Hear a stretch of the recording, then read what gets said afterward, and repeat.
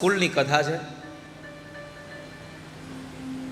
એટલે ભરોસો કેટલું કામ કરે એના માટે એક સત્ય ઘટનાનો પ્રસંગ એ સ્કૂલના માસ્તરની કથા તમને કહું. ગાયકવાડ સરકાર તમે બધાએ નામ સાંભળ્યું છે અને એ ગાયકવાડ સરકારની એ સમયમાં વડોદરાની બાજુમાં કોયલી ગામનો પ્રાથમિક શાળાનો એક શિક્ષક મનસુખરામ માસ્તર.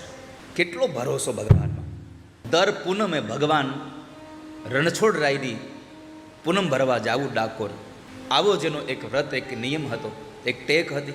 ગમે તે થાય પૂનમે ડાકોર પહોંચી જવું અને જે દિવસે ડાકોર જાય એ દિવસે સ્કૂલના કોઈ છોકરાને ભણાવવાનું કામ સોંપી અને પોતે ડાકોર જાય. શિક્ષકના એ ફરજમાં ભગવાન પ્રત્યેની એટલી શ્રદ્ધા. એવું નહીં કે ડાકોર જવાનું છે તો એને શું થાય, પણ ડાકોર જવાના દિવસે જે દિવસની રજા પાડવાની છે એ દિવસનો અભ્યાસ એ છોકરાઓને કરાવી દેવાનો.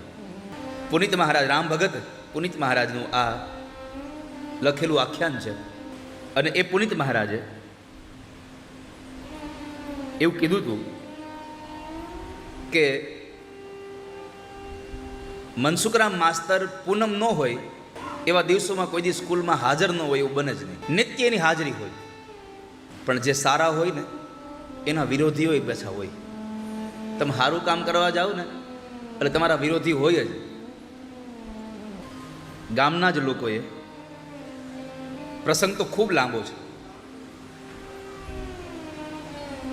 ગામના લોકોએ વડોદરા જિલ્લા શિક્ષણ અધિકારીની કચેરીમાં એક અરજી આપી કે અમારા ગામમાં એક ભગતડો શિક્ષક છે, છોકરાઓને ભણાવતો નથી, વારે વારે ડાકોર વયો જાય છે, એટલે કાં તમે આ શિક્ષકની અહીંયાથી બદલી કરી દો અને કાં તમે એને સસ્પેન્ડ કરી દો. અમારે આ ભગતડો શિક્ષક જોતો નથી, અમારા છોકરાઓનું ભણતર બગડે છે. આ કાલ્પનિક ઘટના નથી હો વાલા વૈષ્ણવો, હજી વર્ષો પહેલા બનેલી આ સત્ય ઘટના છે. તમને ભરોસો હોય તો ભગવાન તમારું કામ કરવા આવે, એમાં સંશય નથી. તો મનસુખરામ માસ્તરના વિરુદ્ધમાં એક અરજી ગઈ એટલે જિલ્લા શિક્ષણ અધિકારીએ એક અધિકારીને કીધું કે તમે જરાક જોઈ આવો ને હકીકત શું છે. અધિકારી આવે છે, બરાબર એ સમયે ટ્રેનમાં અવર જવર જવાનો સમય હતો એટલે ટ્રેન આવી અને ટ્રેનમાં ઉતરીને અધિકારી જ્યારે સ્કૂલમાં આવે છે તો નિશાળમાં તો એક લાકડાની ખુરશી ઉપર ભગવાન રણછોડરાયનો ફોટો પધરાવી અને મનસુખરામ માસ્તર છોકરાઓની હારે પ્રભુની પ્રાર્થના કરતા હતા. પ્રાર્થના સાંભળી ગયા અધિકારી, આખું હૃદય પરિવર્તિત થઈ ગયું. પ્રભુની પ્રાર્થના સાંભળે, પ્રભુની કથા સાંભળે, પ્રભુના ગુણો સાંભળે, એનું જીવન પરિવર્તિત થયા વગર રહી ન શકે ક્યારે.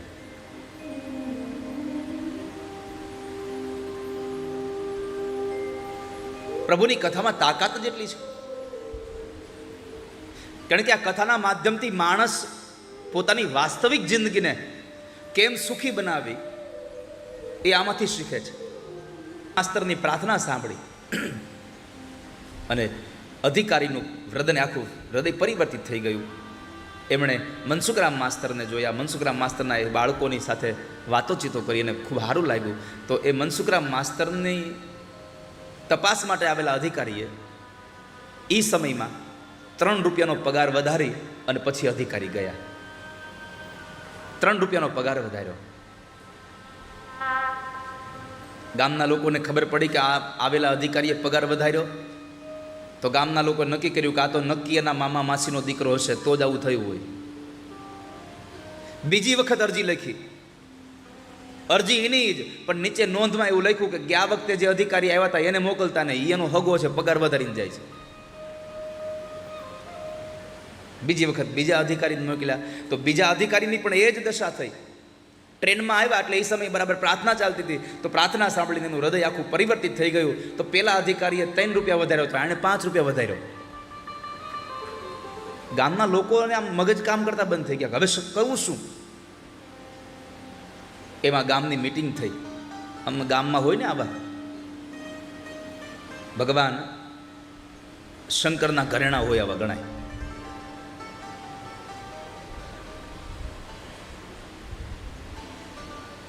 અને જોઈએ જ થોડાક આવા થોડાક જોઈએ જ.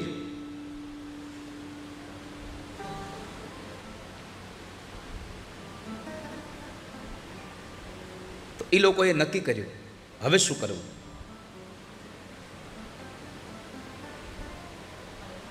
તારીખ્યું મગાવ્યું અને તારીખ્યામાં જુઓ પૂનમ કેદી છે.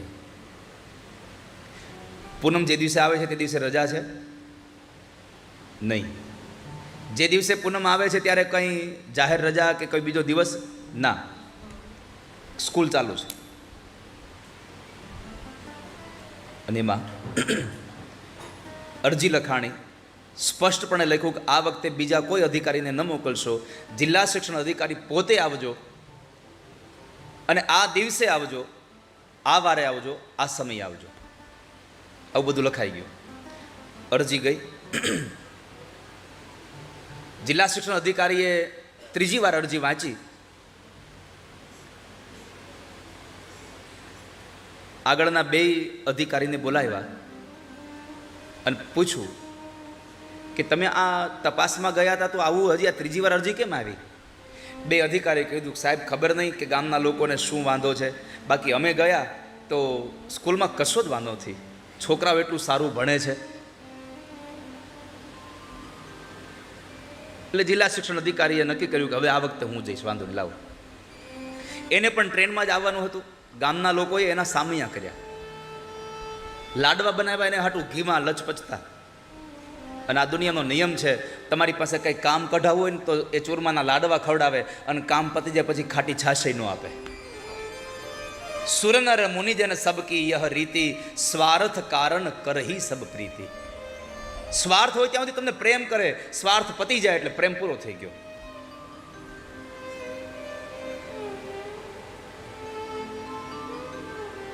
જ્યાં સ્વાર્થ હોય ત્યાં પ્રેમ ન હોય અને પ્રેમ હોય ત્યાં સ્વાર્થ ન હોય. વાલા ભક્તજનો, ક્યારેય તો આ લોકોએ તો આમંત્રણ આપ્યું હતું એટલે બળદગાડા શણગારીને ગયા. અને એ દિવસે બરાબર પૂનમ, મનસુખરામ માસ્તરને સ્કૂલે ડાકોર જવાનું. જ્યારે ડાકોર જવા માટે મનસુખરામ માસ્તર જાય છે એટલે એક છોકરાને કીધું કે છોકરા તું આજે ભણાવી દેજે, હું ડાકોર દર્શન જઈ આવું. ભલે સાહેબ જાઓ તમારે. મનસુખરામ માસ્તર ડાકોર જાય. એક માણસને કામ સોંપ્યું હતું કે તું જરા જોજી આવડો જાય છે કે નહીં. મનસુખરામ ગયા એટલે એને આવીને ગામમાં કીધું કે ઓલો ગયો માસ્તર હતો.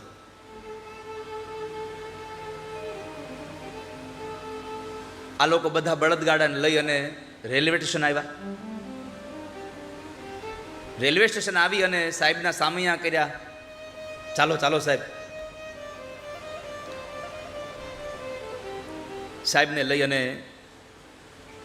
સ્કૂલ તરફ પ્રયાણ કરે છે. આ બાજુ મનસુખરામના પત્ની ઉજમબાઈને જરા ખબર પડી કે મારા પતિની ગેરહાજરીમાં આ લોકોએ તપાસ કરાવી છે, વડોદરાથી કોઈ ઉચ્ચ અધિકારી આવ્યા છે, હમણાં નિશાળે જશે, મારા પતિને હાજર નહીં હોય તો એની નોકરી વહી જશે. નોકરી વહી જશે એના કરતાં સૌથી મોટું દુઃખ એ છે કે અમે જેને ભજીએ છીએ ને એની લાજ જશે, એનું બાનું વહી જશે. મનસુખરામના પત્નીની આંખોમાં આંસુ ભર્યા છે. લાકડાના એક પાટલા ઉપર ભગવાન રણછોડરાયનો દીવો, એક મૂર્તિ પધરાવી ઘીનો દીવો કરી અને ઉજમબાઈ, મનસુખરામના પત્નીનું નામ છે ઉજમબાઈ, ઉજમબાઈએ દીવો પ્રગટાવ્યો અને હૃદયમાંથી પ્રાર્થના કરી કે હે ડાકોરવાળા, મારા પતિની લાજ રાખજો.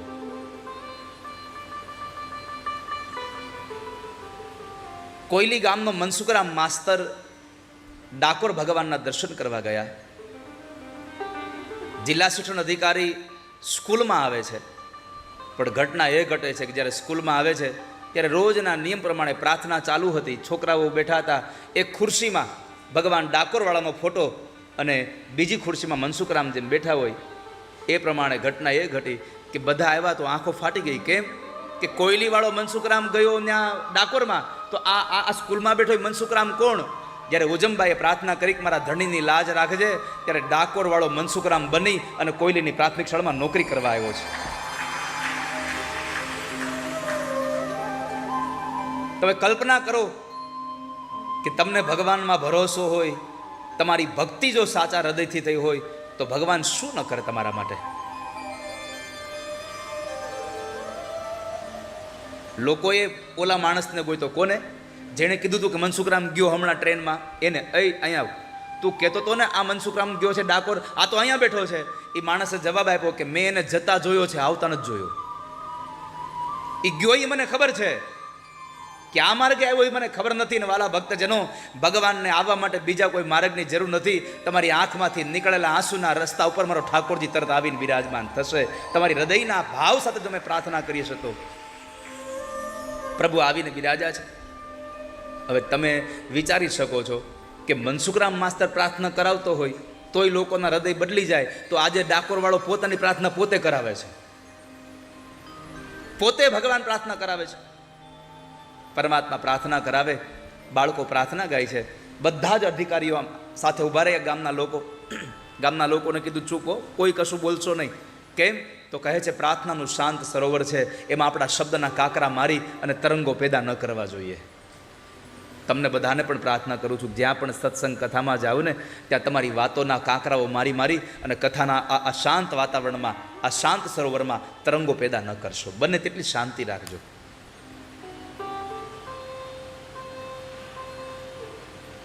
પ્રાર્થના પૂરી થઈ. અધિકારીની બાજુમાં ઉભેલા એક માણસે, ગામના માણસે કીધું, સાહેબ તમને અગાઉ કહી દઈ છે, આ પ્રાર્થનાને સાંભળીને કાંઈ નિર્ણય કરતા નહીં, કારણ કે પ્રાર્થના સાંભળીને તો અમારા મગજ બદલી જાય છે. પ્રાર્થના સાંભળીને કાંઈ નિર્ણય કરતા નહીં. એમાં મનસુખરામની આંખો ખુલી. સાહેબને જોયા, આવીને સાહેબને વંદન કર્યા. સાહેબ તમે આવવાના હતા, સમાચાર મોકલ્યા હોત તો હું સ્વાગતની તૈયારી કરાવત તમારી. મને ખબર જ નહોતી તમે છો. સાહેબ માફ કરજો. અરે મનસુખરામ, કાંઈ વાંધો નહીં, બહુ આનંદ થયો તમારી પ્રાર્થનામાં. મનસુખરામે આમ પ્રાર્થના આમ હાથ જોડ્યા. આ છોકરાએ જોયું એટલે છોકરાઓ બધા ઊભા થઈ અને સાહેબને પગે લાગ્યા. સાહેબને બહુ ગમ્યું કે છોકરાઓ કેટલા સંસ્કારી છે.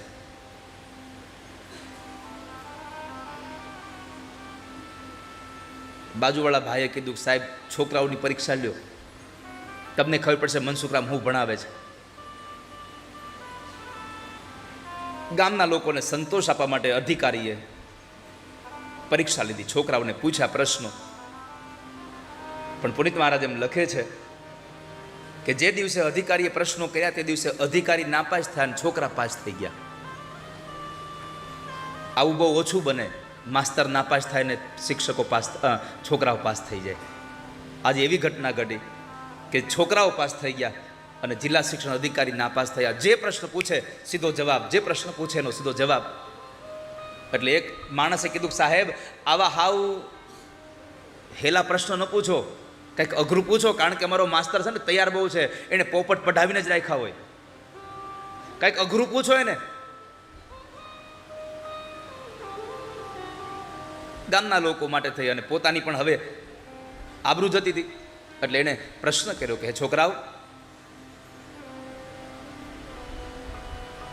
મારે તમને એક પ્રશ્ન પૂછવો છે કે કૃષ્ણએ જે રીતે રાવણને માર્યો તેથી દિવસ હતો કે રાત હતી? હવે લોકોના આમ તમે જુઓ ને તો આમ આખી સ્કૂલમાં શાંત થઈ ગયું બધું. કૃષ્ણએ રાવણને માર્યો તેથી દિવસ હતો કે રાત હતી? ક્યાં રામ અવતાર, ક્યાં કૃષ્ણ અવતાર અને ક્યાં નૃસિંહ અવતાર? આ ત્રણેયનું ભેગું કર્યું સાહેબે. અને બધા છોકરા ચૂપ થઈ ગયા, કોઈ કાંઈ જવાબ દે નહીં. ગામના લોકો કીધું, સાહેબ હવે બરાબર લ્યો. હવે ત્રીજા ધોરણના છોકરાને ઊભો કરી અને પ્રશ્ન કર્યો તો આનો જવાબ દેતું. હવે ત્રીજા ધોરણનો છોકરો તેમને અદપાડીને ઊભો રહી ગયો. સાહેબે આમ જરા મનસુખરામ માસ્તરે આમ નજર હામી કરી, એ ભટુરિયા જવાબ દે બેટા. સાહેબે અવાજ કર્યો, એ છોકરા જવાબ દે. સાહેબની સામું જોયું. છોકરાની નજર સાહેબની આંખમાં અને મનસુખરામ માસ્તરની નજર છોકરાની આંખમાં. હવે તમે કલ્પના કરી શકો છો કે જેની સામે ઠાકોરજી નજર કરે એને શું ના આવડે?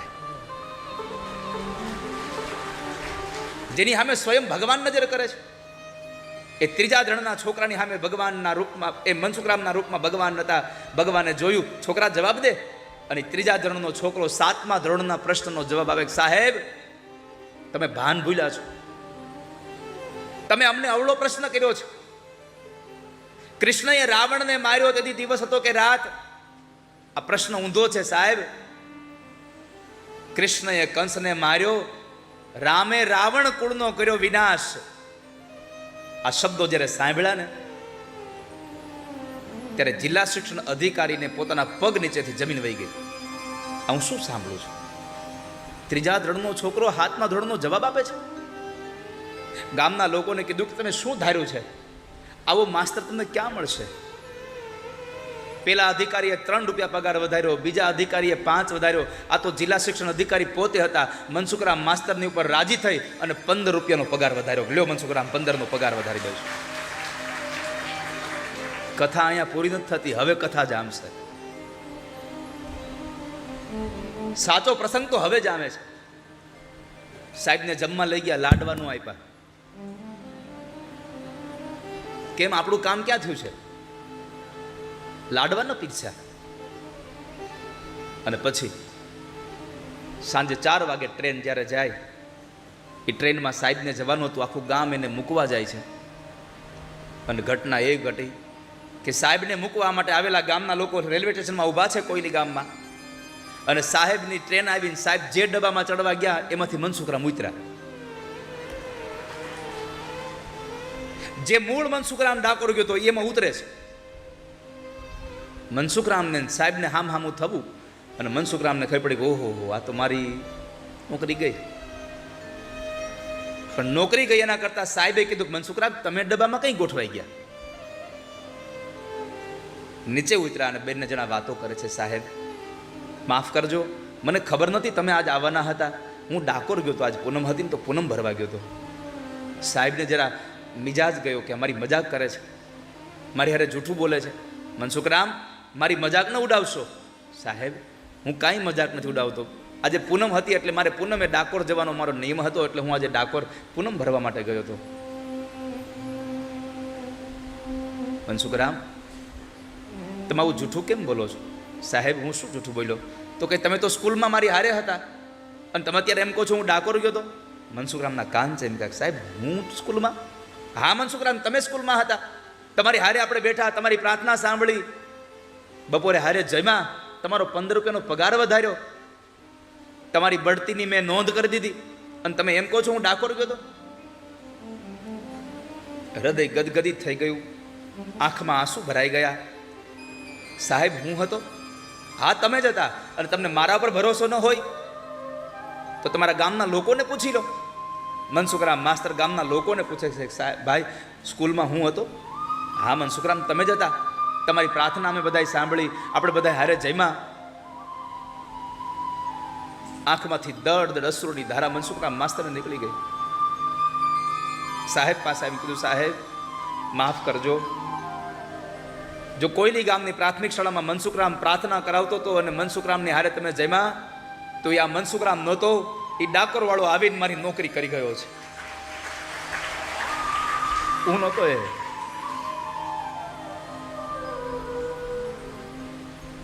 રડતા રડતા મનસુખરામ માસ્તર અધિકારીને કહે છે, સાહેબ એક કાગળને પેન આપશો? સાથે રહેલા એના પીએ, એના ક્લાર્કે એની બેગમાંથી એક કાગળ અને એક પેન આપ્યા મનસુખરામ માસ્તરને. કોયલીના એ રેલવે સ્ટેશનમાં ઊભા ઊભા મનસુખરામ માસ્તરે અરજી લખી કે આજથી હું પ્રાથમિક શાળાના માસ્તર તરીકેનું હું મારું રાજીનામું આપું છું. જ્યાં મારા ડાકોરવાળાને નોકરી કરવા આવવું પડે એવી નોકરી હવે મારે નથી કરવી. સાહેબ અમારું રાજીનામું સ્વીકારી લો તમે. મનસુખરામ શું વાત કરો છો? મેં તમારું બઢતી માટે નોંધ કરી છે, ભલામણ કરી છે. સાહેબ હવે નોકરી નથી કરવી. આજ પૂનમ ભરવા ગયો, મારો ઠાકોરજી આવ્યો, મારી લાજ રહી ગઈ. કાલ પૂનમ ભરવા જાવ અને મારો ઠાકોરજી કદાચ ન આવે તો મારી બાનાની પત જાય, મારું બાનું લજવાઈ જાય. મારે નોકરી નથી કરવી સાહેબ. અંતે જીત મનસુખરામ માસ્તરની થઈ. ત્યાંથી મનસુખરામ માસ્તર નીકળી અને સીધા નિશાળે ગયા. નિશાળને 4 પરિક્રમા કરી. મારો ઠાકોરજી અહીં આવ્યો હતો, મારો ભગવાન અહીં આવ્યો હતો. જે ખુરશી ઉપર ભગવાન બેઠા હતા એ ખુરશીને દંડવત પ્રણામ કર્યા છે. ઘરે આવીને ઉજમબાઈને કીધું, ઉજમબાઈ આજ ઠાકોરજીએ લાજ રાખી હો, આજ ભગવાને લાજ રાખી છે. અને આ દુનિયામાં વાલા ભક્તજનો, લાજ રાખવા વાળું કોઈ હોય તો કેવલ દ્વારિકા વાળો છે, બાકી કોઈ લાજ રાખે એવી છે નહીં આ સંસારમાં.